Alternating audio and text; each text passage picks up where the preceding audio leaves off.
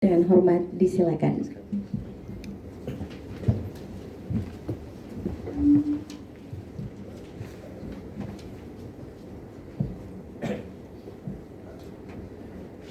Bismillahirrahmanirrahim. Assalamualaikum warahmatullahi wabarakatuh. Alhamdulillahilladzi farada alaina al-hajja wal umrah. Wassalatu wassalamu ala rasulillah Nabiyihil Mustafa wa ala alihi wa ashabihi wa mawalah, amma ba'du.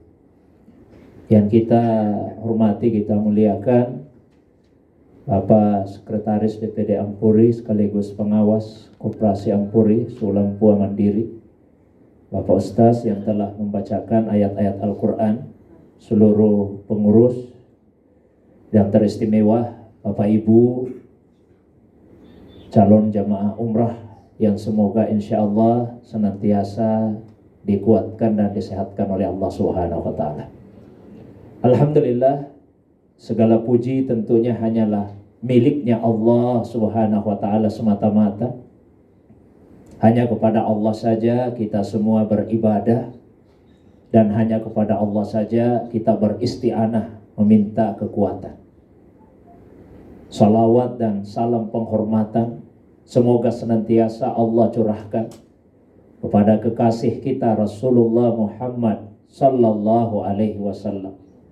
Begitu pula kepada keluarga beliau, para sahabat dan juga pengikutnya yang senantiasa istiqamah menghidupkan sunnah Nabi sallallahu alaihi wasallam. Beliaulah Nabi yang telah mengajarkan kepada kita semua cara beribadah yang benar dan cara beribadah yang baik kepada Allah Subhanahu wa Ta'ala. Karena ibadah itu Bapak Ibu tidak hanya dituntut untuk dilaksanakan dengan benar, tapi ibadah juga diharapkan bisa dilaksanakan dengan baik. Nah, Nabi lah yang mengajarkan kepada kita bagaimana beribadah yang benar sesuai dengan aturan-aturan fikihnya, dan juga beribadah yang baik menurut standar-standar adabnya. Ibadah itu syaratnya untuk diterima oleh Allah kan sebetulnya tidak banyak, Bapak Ibu. Cuma 2 saja persyaratannya. Syaratnya yang pertama dilakukan dengan ikhlas.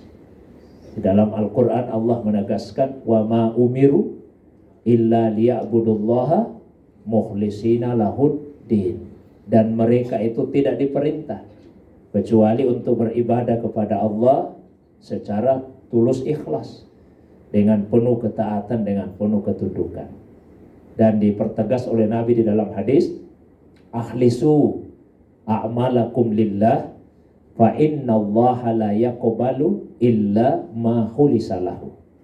Ikhlaskanlah amalan kalian semata-mata hanya untuk Allah, karena sungguh Allah tidak akan menerima satu amalan kecuali yang dilakukan secara ikhlas untuknya. Namun Bapak Ibu yang dimuliakan oleh Allah, sekedar ikhlas saja itu belum mencukupi, belum memadai untuk menjadikan amal ibadah itu diterima oleh Allah Subhanahu wa Ta'ala. Masih ada syaratnya yang kedua. Apa itu? Saya kasih contoh yang sederhana. Mohon maaf. Jadi udah salat subuh Pak Ibu ya? Berapa rakaat salat subuhnya? Berapa? 2. Kalau misalnya ada yang salat subuh 6 rakaat. Terus ditanya, Bu, kok salat subuhnya 6 rakaat? Lalu dia menjawab, tidak apa-apa Ustaz, yang penting saya ikhlas. Enak sekali saya rasa salat subuh hari ini. Begitu enaknya, begitu nyamannya, begitu nikmatnya. Rasa-rasanya tidak cukup kalau cuma 2. Sekalian 6 rakaat saja. Siapa tahu besok perasaan saya tidak begini lagi, lusa tidak seperti ini lagi, sekalian saya ambil 6 rakaat. Nah, kira-kira Bapak Ibu, ada orang salat subuh 6 rakaat, ikhlas, betul ikhlas karena Allah. Ini salat subuhnya diterima Tuhan tidak? Ikhlas ini Bu, ikhlas. Diterima atau tidak? Tidak. Kenapa tidak Bu? Hah? karena tidak sesuai dengan aturan. Jadi keikhlasan saja tidak mencukupi. Amal ibadah itu diterima Allah apabila dilakukan sesuai aturan, dilakukan dengan benar, sesuai dengan koridor syariat. Istilah Arabnya shawab atau mutaba'ah. Nah, kalau keikhlasan itu kan urusan hati kita masing-masing ini kalau bicara ikhlas. Tapi kalau bicara amal yang benar, amal yang sesuai dengan aturan, amal yang sesuai koridor syariat, tidak bisa kita mengatakan itu urusan hati saya, Ustaz. Dengan apa kita mengetahui bahwa amal ibadah itu sesuai syariat atau tidak? Tentu dengan ilmu. Nah, disitulah letak pentingnya manasik ini. Karena melalui manasik umrah kita sama-sama, bagi Bapak Ibu yang sudah pernah, apalagi sudah berkali-kali, kita sama-sama merefresh, mengulangi kembali ilmu kita. Apalagi yang misalnya baru pertama kali. Ya, Nabi SAW dalam sebuah hadis menyampaikan, khuzu anni manasikakum. Ambillah dari saya manasik kalian. Manasik itu artinya tata cara pelaksanaan haji dan tata cara pelaksanaan umrah. Bapak Ibu yang dirahmati, dimuliakan oleh Allah Subhanahu wa Ta'ala. Nah, untuk mudahnya pembahasan tentang manasik umrah ini saya bagi menjadi 3. Yang pertama sebelum keberangkatan, yang kedua pada saat pelaksanaan umrah, dan yang ketiga tidak kalah pentingnya juga, biasa diabaikan, sepulangnya dari umrah. Ya, karena umrah yang makbulah, kalau haji istilahnya haji yang mabrur, umrah biasa disebut makbulah. Umrah yang diterima oleh Allah Subhanahu wa Ta'ala itu justru indikatornya, tanda-tandanya itu terlihat setelah kita pulang dari pelaksanaan ibadah umrah. Nah, ini kita bagi 3. Sebelumnya itu Bapak Ibu sekalian, umrah ini kan ibadah yang istimewa. Umrah ini ibadah istimewa. Ya, banyak keutamaan yang terkandung di dalamnya. Di antaranya Nabi SAW pernah bersabda, al-umratu ilal umrati kafaratul lima bainahuma. Antara satu umrah dengan umrah yang berikutnya itu menjadi kafarah, menjadi penebus dosa yang ada di antara dua umrah tersebut. Jadi umrah bisa menggugurkan dosa-dosa kita. Kemudian Bapak Ibu yang dimuliakan oleh Allah, umrah termasuk ibadah yang merupakan gabungan dari ibadah qalbiyah, ibadah badaniyah, dan ibadah maliyah. Karena ibadah itu ada namanya ibadah qalbiyah, ibadahnya hati. Ibadahnya hati. Meskipun tubuh kita sakit parah, kita miskin, asal masih punya hati saja, kita bisa melakukan ibadah tersebut. Ibadah qalbiyah itu adalah zikir. Kemudian ada ibadah badaniyah, ibadah tubuh. Tidak cukup hanya dengan hati, mesti ada gerak di dalamnya. Seperti sholat. Orang tidak bisa mengatakan, saya tidak pernah lagi ke masjid. Kenapa? Yang penting ingat Allah saja. Tidak bisa, karena sholat itu bukan sekedar ibadah hati. Dia adalah ibadah badaniyah. Mesti ada gerak tubuh di dalamnya. Ada berdirinya, ada rukuknya, ada sujudnya, ada duduknya, dan seterusnya. Kemudian ada ibadah maliyah, ibadah harta. Biar kita sakit, yang penting ada harta, bisa kita lakukan ibadah maliyah itu seperti zakat. Nah, ada juga ibadah kombinasi dari ketiga macam itu. Di dalamnya ada ibadah hatinya, zikirnya, ada ibadah badadianya, ibadah tubuhnya, dan juga ada ibadah maliyahnya, ibadah hartanya seperti haji, begitu juga umrah. Tidak bisa cuma sekedar mengingat-ingat saja, dibayangkan sajalah kita tawaf, dibayangkan saja, tidak bisa. Mesti ada gerak di dalamnya. Dan juga membutuhkan harta. Nah, karena ini ibadah yang membutuhkan harta, maka pastikan harta yang kita gunakan untuk melaksanakan ibadah umrah ini benar-benar adalah harta yang halal. Jangan yang haram atau bahkan yang subhat, yang masih meragukan halal dan haramnya. Innallaha thayyibun wa la yaqbalu illa thayyibah. Sesungguhnya Allah itu baik dan Allah tidak akan menerima kecuali yang baik-baik juga. Nah, jadi pastikan kehalalannya. Kemudian yang berikutnya, niat kita betul-betul itu diluruskan. Kita mau berangkat haji itu untuk Allah Subhanahu wa ta'ala. Makanya di Al-Quran itu disebutkan wa atimmul hajja wal umrata lillah. Sempurnakan haji dan umrah hanya karena Allah. Sebetulnya semua ibadah itu mesti karena Allah. Tapi tidak ada secara eksplisit di dalam Al-Quran dikatakan salatlah hanya untuk Allah, puasalah hanya untuk Allah. Tapi kalau haji dan umrah jelas disebut wa atimmul hajja wal umrata lillah. Sempurnakan haji dan umrah hanya karena Allah saja.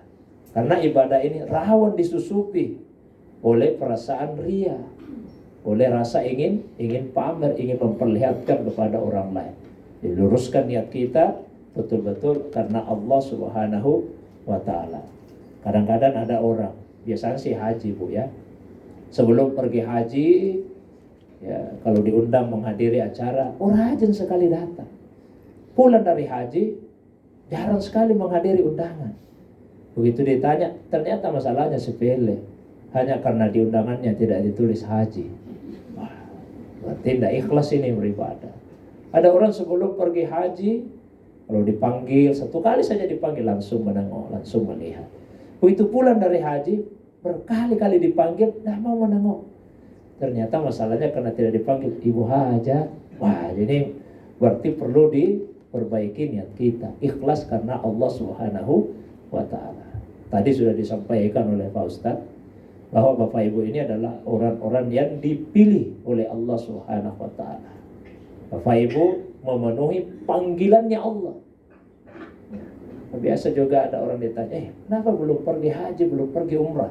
Biasa jawabannya Bu, yang paling sering itu Bapak Ibu, karena belum ada panggilan. Itu tidak benar itu. Kalau mengatakan belum ada panggilan, kalau panggilannya sudah lama sekali. Sejak di masanya Nabi Ibrahim kita sudah dipanggil. Masa Ustaz? Iya, di Al-Quran disebut begitu. Wa adzin fin nasi bil hajj. Ibrahim panggil manusia untuk pergi haji. Ya, umrah juga ikut di dalamnya. Ini Nabi Ibrahim diminta oleh Allah. Ibrahim panggil manusia untuk pergi haji, untuk pergi umrah. Ibrahim bertanya, bagaimana caranya Tuhan, saya mau panggil semua manusia, nah jangkauan suara saya ini terbatas. Apa jawaban Allah? Tugasmu Ibrahim cuma memanggil. Masalah menyampaikan panggilan, wah itu urusan saya. Nabi Ibrahim naik ke atas gunung, dia panggil manusia. Maka Allah janji, ya'tuka rijalan. Kalau kamu sudah panggil, mereka akan datang memenuhi panggilanmu. Rijalan, datang dengan jalan kaki. Wa ala kulli dhamir, ada juga yang datang dengan mengendarai unta yang kurus.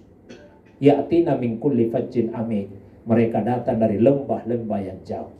Nah, ini di ayat disebutkan mengendarai unta yang kurus.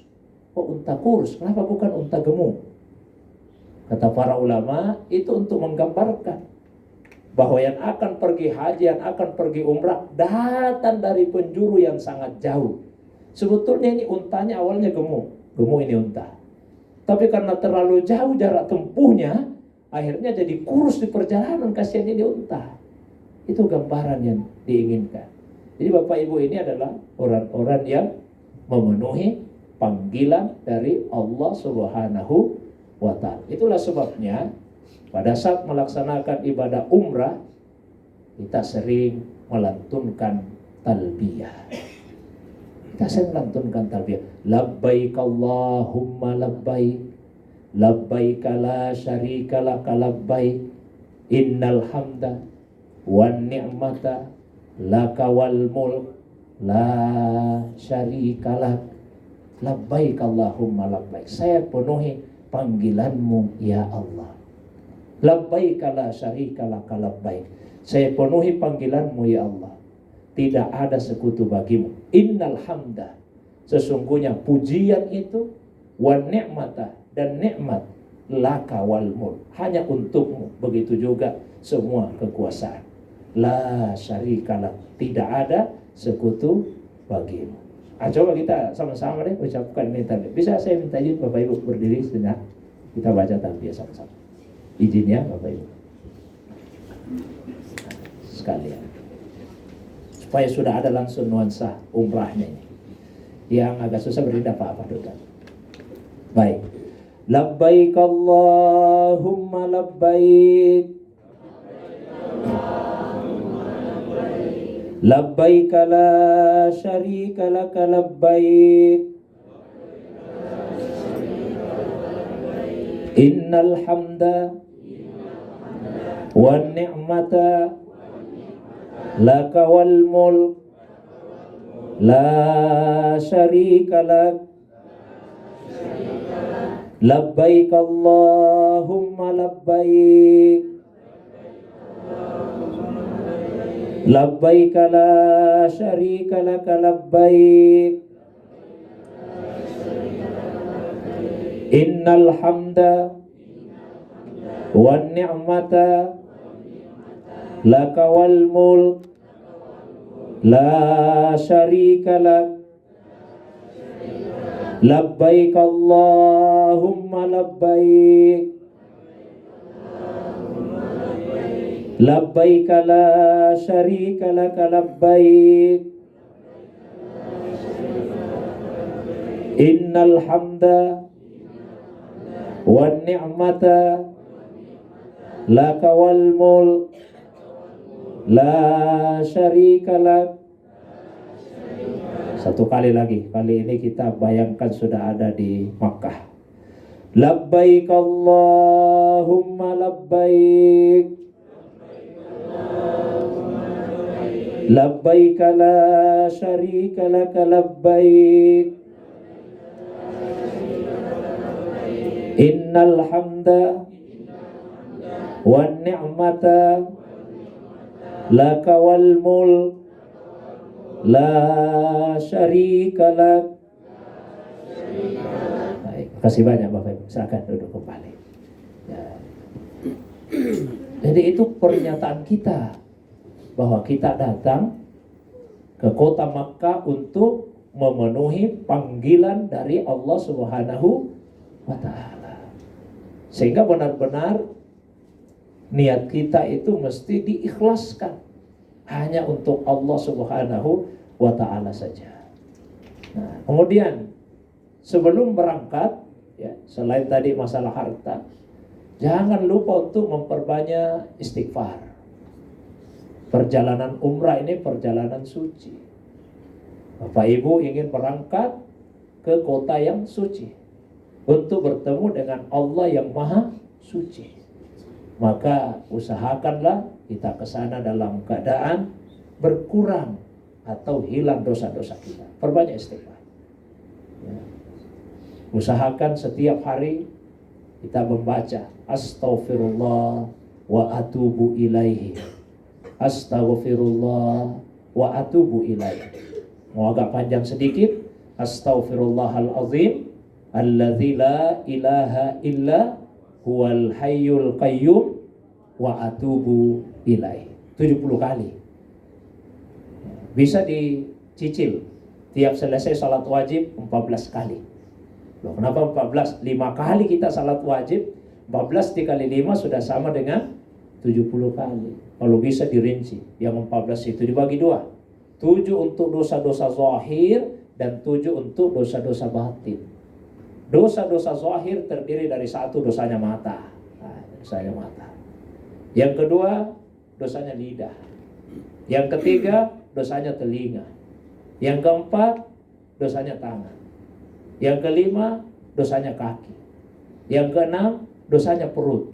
Yang ketujuh, dosanya anggota tubuh kita yang tempatnya di bawahnya sedikit perut. Nah, ini 7 untuk dosa-dosa zahir. Jadi mata dijaga supaya tidak salah melihat, tidak sembarang memandang. Lidah dijaga supaya tidak salah ucap, tidak sembarang bicara. Telinga dijaga supaya tidak salah mendengar. Tangan dijaga supaya tidak salah sentuh, tidak sembarang memegang, tidak salah ambil. Kaki dijaga supaya tidak salah langkah.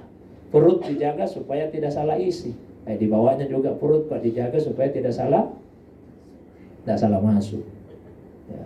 Ini 7 dosa-dosa zahir. Yang berikutnya dosa-dosa batin, bersihkan hati kita. Diniatkan 7 istighfar yang berikutnya itu, mudah-mudahan Allah bersihkan hati kita dari sifat takabur, dari sifat ria, sifat pendendam, pemarah, iri hati, kemudian dari kikir, rakus, suka berkeluh kesah. Yang banyak mengeluh, jangan banyak mengeluh. Termasuk di sana, jangan terlalu banyak mengeluh. Ya. Kita nikmati perjalanan itu dengan segala suka dukanya. Ya, sukanya insya Allah akan lebih baik. Ya, kita datang, kita sudah katakan, saya datang untuk memenuhi panggilanmu ya Allah. Nah, kemudian ketika hendak keluar dari rumah, pesan baik-baik sama keluarga yang mau ditinggalkan. Misalnya bapak ibu tidak bawa anaknya, atau bapak-bapak tidak bawa istri, istri tidak bawa suami, supaya keluarga yang ditinggalkan itu menjaga perintah-perintah Allah, terutama salat. Kan tidak elok orang tua pergi umrah, anaknya di belakang, tidak salah. Ya. Ibu-ibu pergi umrah, suaminya di belakang, malah berbuat maksiat dan seterusnya. Jadi dipesan baik-baik, pesan baik-baik. Nah, jaga baik-baik perintah-perintah Allah. Ya, jauhi yang dilarang oleh Allah SWT, karena bapak ibu mau pergi haji, mau pergi umrah ini. Terus yang berikutnya, kalau misalnya mohon maaf ini ada utang, sudah sampai temponya, dibayar, dilunasi sudah. Kalau belum, disampaikan sama keluarga, ada itu utangku nanti ini. Kan kita tidak tahu apa yang terjadi di sana, ya kan? Jadi sampaikan. Kemudian pada saat mau keluar dari rumah, laksanakanlah salat sunnah dua rakaat. Salat sunnah safar. Niat di hati, niat di hati. Ya, niat di hati. Usalli sunnatas safar raka'ataini lillahi ta'ala. Saya tidak tahu Ustaz bahasa Arab, bahasa Indonesia saja. Saya niat salat sunnah safar 2 rakaat karena Allah. Di hati itu. Saya niat salat sunnah safar 2 rakaat karena Allah. Kemudian di rakaat pertama sudah baca doa iftitah, baca surah Al-Fatihah, dibaca surah Al-Kafirun. Qul ya ayyuhal kafirun. Rakaat kedua selesai baca surah Al-Fatihah, dibaca surah Al-Ikhlas. Qul huwallahu ahad. Nah, kemudian selesai sholat, duduk yang baik. Ya, duduk yang baik, terus baca doa. Bismillahi tawakkaltu 'alallahi wala haula wala quwata illa billah. Bismillah, dengan nama Allah. Tawakkaltu ala Allah. Saya bertawakal, berserah diri kepada Allah. Wala haula wala quwata illa billah. Tidak ada kekuatan yang mampu menolak yang buruk. Tidak ada kekuatan yang mampu mendatangkan yang baik kecuali dengan izinnya Allah. Nah, kalau Bapak Ibu membaca ini pada saat mau keluar dari rumah, begitu dibaca Bismillah dengan nama Allah itu, malaikat ramai-ramai mengucapkan, hudita, engkau telah mendapatkan petunjuk. Begitu kita baca tawakkaltu ala Allah, saya bertawakal kepada Allah, ramai-ramai malaikat berucap, wukita, kufita, semua kebutuhanmu sudah dipenuhi. Begitu kita baca la haula wala quwata illa billah, ramai-ramai malaikat berucap, wukita, engkau telah dijaga dari semua kemungkinan yang buruk yang bisa terjadi. Luar biasa. Sudah diucap, didoakan malaikat dapat petunjuk selama perjalanan, didoakan dipenuhi semua kebutuhan, didoakan juga terjaga dari hal-hal yang buruk. Terus pada saat mau keluar dari rumah, berdiri sejajar dengan pintu rumah, baca ayat kursi. Ayat kursi. Ya. Allahu la ilaha illa wal hayyul qayyum la ta'khudhuhu sinatu wala naum, dan seterusnya. Usahakan dalam perjalanan itu kita pernah sedekah ya. Biar berapa? Biar 1000, ibaratnya biar 1000, yang penting kita pernah sedekah dalam perjalanan tersebut. Nah, ini persiapan. Nah, berikutnya bagian kedua, pelaksanaan umrah. Umrah itu Bapak Ibu rukunnya cuma 5 saja. Cuma 5, tidak banyak-banyak rukunnya. Tidak boleh ditinggalkan salah satu dari yang 5 ini. Selebihnya sunnah. Ini saja 5 yang rukun. Yang pertama ihram, niat untuk umrah. Yang kedua tawaf, mengelilingi Ka'bah sebanyak 7 putaran dengan cara-cara yang tertentu. Kemudian yang ketiga yaitu melaksanakan sa'i, ya. Lari-lari kecil atau jalan cepat antara Safa dengan Marwah. Kemudian yang keempat tahallul, menggunting atau mencukur rambut. Kemudian yang kelima tartib, dilakukan secara berurutan. Jadi tidak bisa misalnya sampai di Masjidil Haram, banyaknya orang tahu sa'i saya duluan deh, sebentar di baru tahu, tidak bisa. Harus dilakukan secara tertib. Baru tiba di sana, cukur memang mas saya deh, tidak bisa. Harus dilakukan secara berurutan. Satu, ihram, tawaf, sa'i, tahallul, kemudian dilakukan secara berurutan. Kita bahas yang pertama, ya, ihramnya. Yang dimaksud di sini itu niat untuk melaksanakan ibadah umrah. Ada hal-hal yang disunahkan sebelum berihram. Di antaranya disunahkan untuk mencukur dulu bulu-bulu yang ada di tubuh. Ini sebelum berihram ya, disunahkan untuk mencukur. Alhamdulillah karena saya tadi dengar itinerarinya ya, rutenya itu ke Madinah dulu. Jadi ini bisa dilakukan di Madinah. Cukur bulu-bulu, kemudian memakai wangi-wangian di tubuh, bukan pada pakaian, di tubuh. Ya. Begitu juga sebelumnya itu ya mandi, disunahkan untuk mandi. Ini mandi ihram. Karena mandi ihram, biar ibu-ibu ada yang haid, tetap disunahkan untuk mandi. Karena mandinya bukan mandi janabah, ini mandi ihram. Ya, mandi untuk ihram. Kemudian disunahkan juga ya, untuk melaksanakan salat sunnah ihram sebanyak 2 rakaat. Caranya persis sama tadi dengan salat sunnah safar, bedanya di niat saja. Kalau tadi niatnya usalli sunnatas safar, nah sekarang ini usalli sunnatal ihram, rakaatain lillahi ta'ala. Meskipun tidak disepakati ulama, kita ambillah pendapat umum, disunnahkan untuk melaksanakan salat sunnah ihram sebanyak 2 rakaat. Nah, sebetulnya anjuran-anjuran itu dianjurkan dilaksanakan di Bir Ali. Tapi kan agak sulit ini, sudah tadi disampaikan. Maka boleh saja di hotel. Di hotel Bapak Ibu udah cukur, ya, kemudian juga sudah memakai wangi-wangian di badan, ya, jangan pada pakaian. Mandinya juga di hotel saja, karena kalau di Bir Ali kan antriannya panjang, Bapak Ibu sekalian. Bahkan Bapak Ibu juga sudah bisa memakai pakaian ihramnya sejak di hotel. Nanti di Bir Ali itu niatnya, tapi berpakaiannya boleh sejak di hotel di Madinah. Nah, terus yang berikutnya disunahkan bagi yang melaksanakan ihram untuk memakai pakaian ihram yang berwarna putih. Bukan persyaratan itu sebetulnya, tapi sunnahnya begitu. Ya. Bagi yang perempuan kan pakaiannya biasa saja. Tapi bagi kita yang laki-laki, pakaian ihram itu terdiri dari 2 helai kain. Bagian bawahnya dinamakan dengan izar, kira kalau bahasa Indonesianya sarung. Bagian atasnya dinamakan dengan rida. Bahasa Indonesianya kira-kira selendang. Jadi 2 helai kain, satu di bawah, satu di atas. Untuk pemakaiannya itu 2 yang dilihat. Satu pertimbangan syariat, yang kedua pertimbangan kenyamanan. Kalau untuk pertimbangan syariatnya, satu tadi disunahkan yang warna putih, kemudian tidak melewati mata kaki. Itu pertimbangan syariat. Kalau untuk pertimbangan kenyamanannya, silakan pakai yang membuat kita merasa nyaman. Jangan sampai kita tidak jatuh di nanti, tidak jatuh di, berarti tidak nyaman. Meskipun secara syariat tidak bermasalah, tapi kan tidak nyaman kita. Nah, mungkin salah satu cara ada pakai ihram. Izin ya. Tidak apa-apa kita ulang. Saya yakin Bapak Ibu udah biasa lah pakai begini.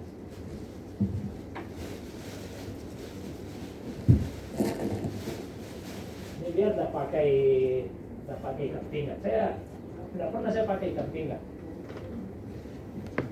Kalau mau lebih merasa nyaman lagi silakan pakai tulis. Misalnya, sebetulnya bebas saja Bu, tapi ini aspek kenyamanan ya. Salah satunya caranya gitu.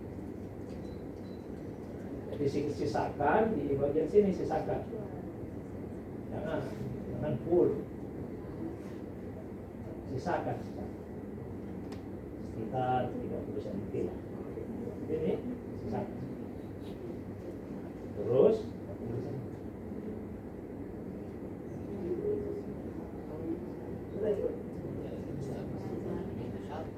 jadi yang tebal itu di bagian depannya. Jangan kiri.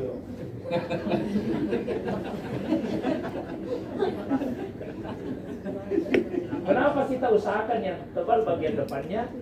Karena ada perkakas ini yang mau dilindungi pada bagian depan. Jadi kita usahakan tebal. Kemudian kalau modelnya apa begini saja juga. Nanti kalau seperti ini kelihatan. Begini dulu begitu jongkok. Tapi kalau modelnya seperti yang tadi,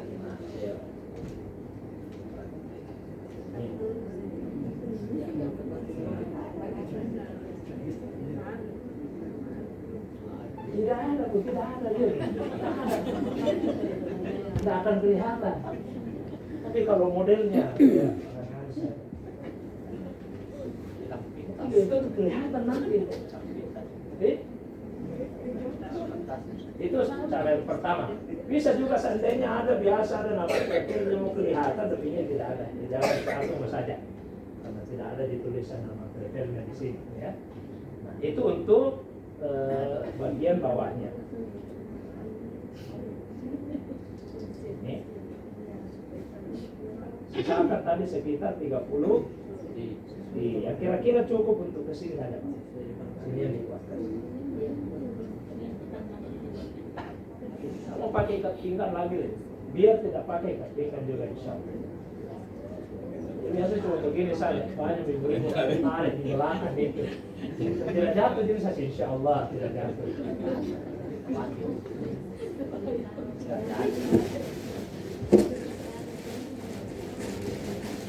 Terus yang kedua, izannya.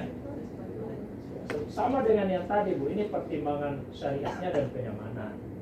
Kenyamanannya tergantung kita sih yang mana yang membuat kita nyaman. Salah satunya bisa naikkan saja seperti ini, naikkan.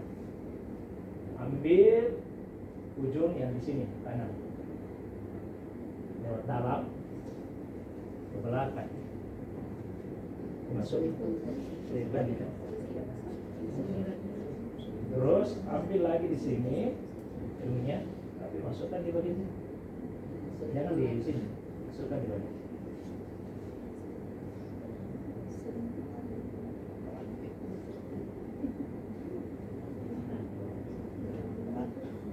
Setelah itu,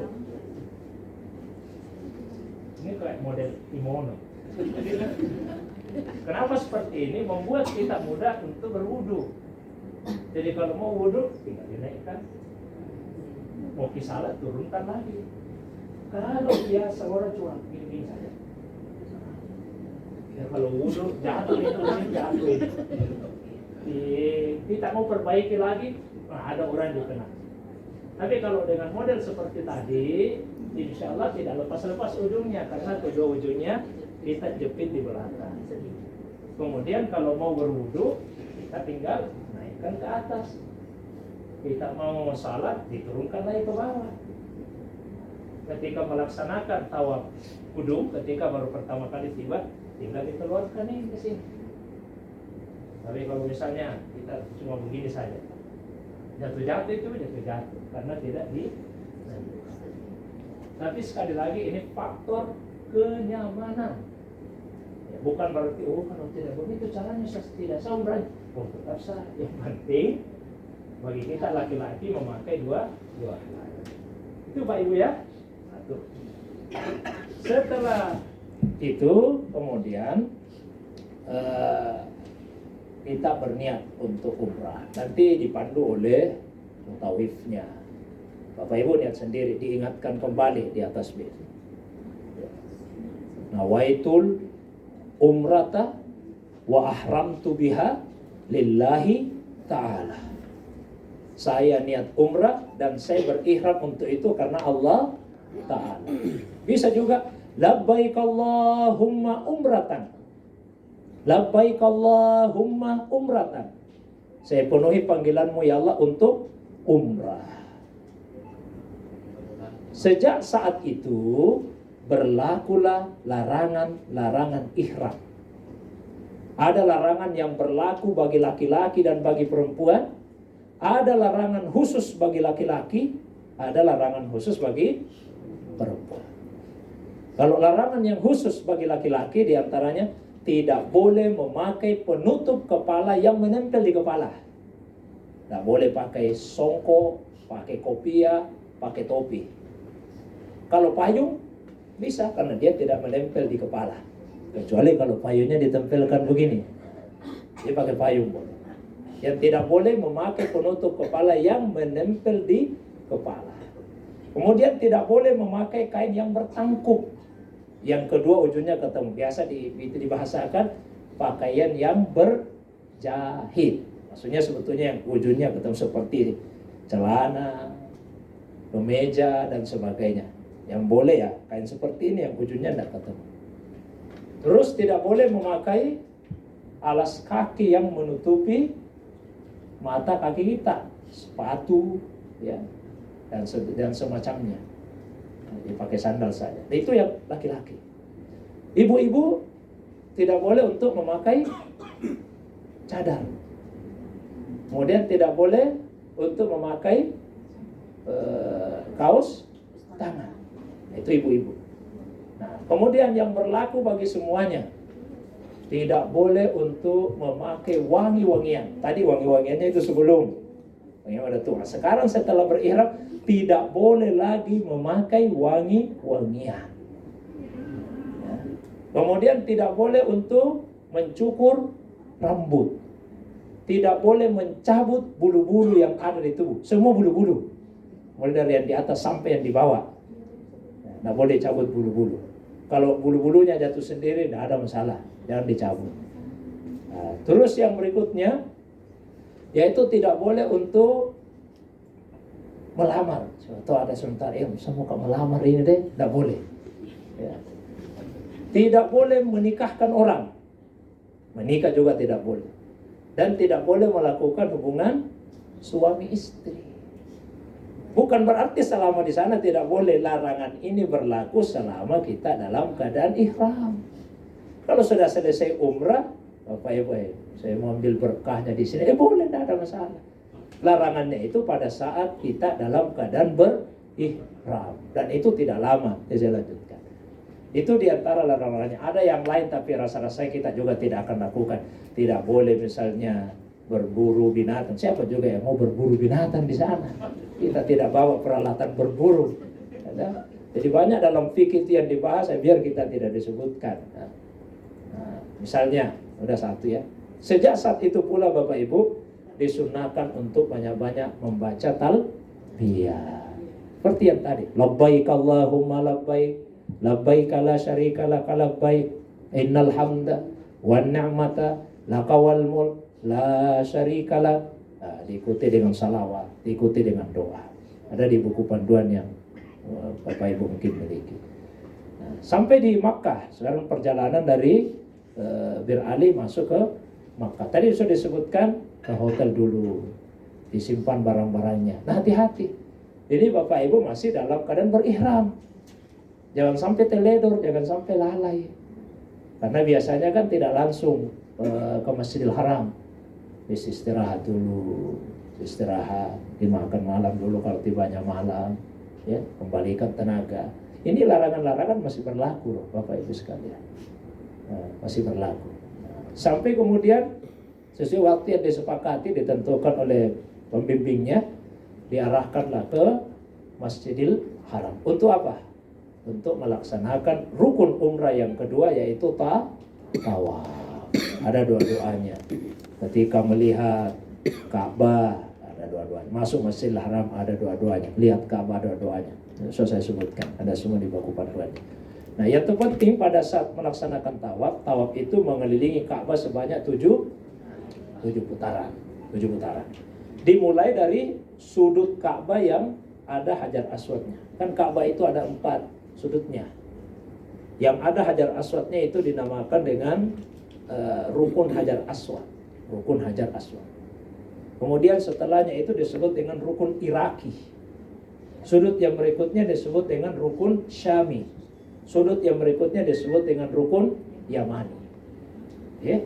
Jadi Rukun Hajar Aswad, Rukun Iraki, Rukun Syami, antara itulah ada Hijr Ismail. Nah, kemudian Rukun Yamani. Tawaf dimulai dari sudut Ka'bah yang ada Hajar Aswadnya. Kita berdiri lurus. Seandainya memungkinkan, urutan pertama pada saat memulai tawaf mencium Hajar Aswad. Itu nomor 1. Tapi ini relatif agak susah. Ukuran manusia. Jadi kalau Allah kasih kemudahan kan apa saja bisa terjadi. Itu urutan nomor 1. Wah, tidak bisa saya cium Hajar Aswad pada saat memulai. Maka urutan yang kedua cukup dipegang saja. Dipegang saja dan tangannya yang dicium. Nah, tangannya yang dicium. Wah, tidak bisa juga saya pegang. Tidak apa-apa. Cukup dengan memberikan isyarat saja. Nanti ada tanda warna hijau yang menunjukkan garis yang sejajar dengan Hajar Aswad tersebut. Disitulah memulai tawaf. Jadi dimanapun masuknya, misalnya masuk di arah sini, belum dihitung itu, kita keliling-keliling tapi belum dihitung. Nanti mulai dihitung pada saat berada di sudut Ka'bah yang ada Hajar Aswadnya. Situ kita mulai. Apa yang dibaca? Bismillahi Allahu Akbar, Allahumma imanan bika wa tasdikan bi kitabika wa wafa'an bi ahdika wa ittiba'an li sunnati nabiyyika. Bismillahi, dengan nama Allah. Allahu Akbar, Allah Maha Besar. Allahumma, ya Allah, saya lakukan tawaf ini imanan bika, karena saya beriman kepadamu. Wa tasdikan bi kitabik, saya membenarkan kitabmu. Wa wafa'an bi ahdik, saya penuhi janjiku kepadamu. Wa ittiba'an li sunnati nabi, dan mengikuti sunnah nabimu. Tidak kuhafal itu Ustaz. Pokoknya 2 saja. Saya lakukan ini karena saya beriman kepadamu ya Allah, ikuti sunnah nabimu. Cukup. Tidak dihafal tadi bahasa Arabnya. Bahasa Indonesia juga susah. Itu saja 2. Saya tawaf ini ya Allah, saya beriman kepadamu dan saya ikuti sunnah nabi. Mulailah kita tawaf. Mulai kita tawaf. Pada saat melintasi makam Ibrahim, makam itu bukan kuburan ya. Makam itu artinya tempat berdirinya Nabi Ibrahim ketika meninggikan pondasinya Baitullah. Maka di dalamnya itu ada bekas telapak kakinya Nabi Ibrahim. Setiap kali melewati itu disunahkan untuk membaca Rabbi adkhilni mudkhala sidikin wa akhrijni mukhraja sidikin waj'alni min ladunka sultanan nasira. Ya kan nanti ada mutafifnya memberikan tuntunan. Tapi ketika Bapak Ibu misalnya melakukan tawaf sunnah sendiri, kan setiap masuk Masjidil Haram disunahkan itu tawaf. Disunahkan tawaf.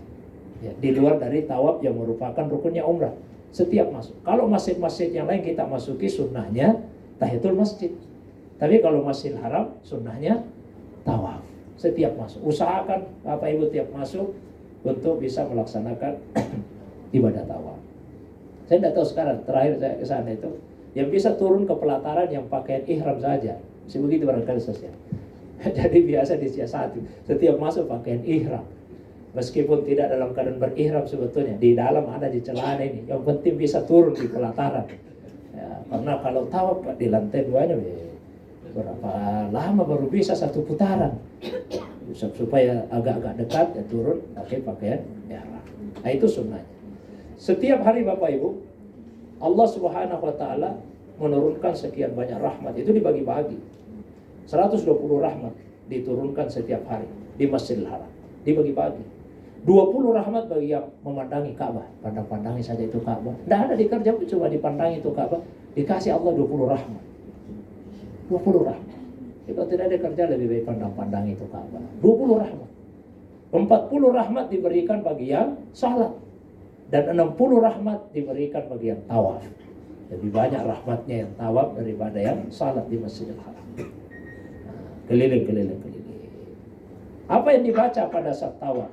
Di buku-buku panduan sudah ada putaran pertama ini, kedua ini, sampai putaran ketujuh.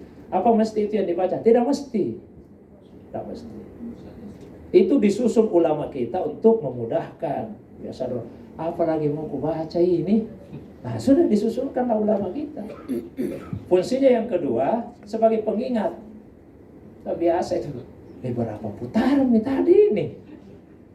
Oh ini tadi yang ku baca, oh berarti putaran keempat. Nah, untuk mengingatkan. Tapi sebetulnya yang ada di hadis 1, riwayat Ibnu Majah. Kata Nabi, kalau ada yang tawaf terus dia membaca Subhanallah, walhamdulillah, wala ilaha illallah, wallahu akbar, wala haula, wala quwata illa billahil aliyyil azim. 1 kali itu dibaca, maka insya Allah Allah subhanahu wa ta'ala akan memberikan 10 pahala kepada kita, ditinggikan 10 derajat, dan diampuni 10 dosa. 1 kali itu dibaca. Kalau 10 kali 100, 100 kali 1000. Biar itu terus yang dibaca. Itu terus yang dibaca. Misalnya suaranya yang tahu di depan tidak terlalu kedengaran, baca misalnya sendiri. Subhanallah, alhamdulillah, wala ilaha illallah akbar, wala haula wala quwata illa billah. Terus yang kedua yang ada hadisnya antara rukun Yamani dengan rukun Hajar Aswad. Jadi 4 sudutnya Ka'bah, rukun Yamani yang di sini. Yang sebelum rukun Hajar Aswad. Yang dibaca apa? Yang dibaca sehari-hari. Rabbana atina fid dunya hasanah wa fil akhirati hasanah wa qina azabannar. Saya dilanjutkan, wa adkhilnal jannata ma'al abrar ya aziz ya ghaffar ya rabbal alamin. Ya. Baik, aku hafal tambahannya. Sudah, Rabbana atina fid dunya hasanah wa fil akhirati hasanah wa qina azabannar. Tawaf ini kedudukannya seperti salat. Jadi mesti dilakukan dalam keadaan suci. Ya, harus ada wudunya. Kalau batal wudu, 2 pendapat ulama. Yang jelas tidak bisa dilanjutkan tawafnya. Tapi 2 pendapat ulama. Apa diulang dari awal lagi atau tinggal dilanjutkan? Boleh kita ambil yang tinggal mulai. Tapi yang jelas tidak boleh harus wudu dulu. Gimana caranya Ustaz? Jadi jauh sekali ini mau keluar lagi untuk berwudu.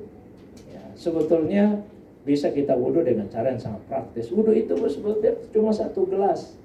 1 gelas itu sudah cukup untuk dipakai berwudu. 1 gelas saja. Kalau cuma rukunnya saja. Rukun wudu cuma 6. 1 niat.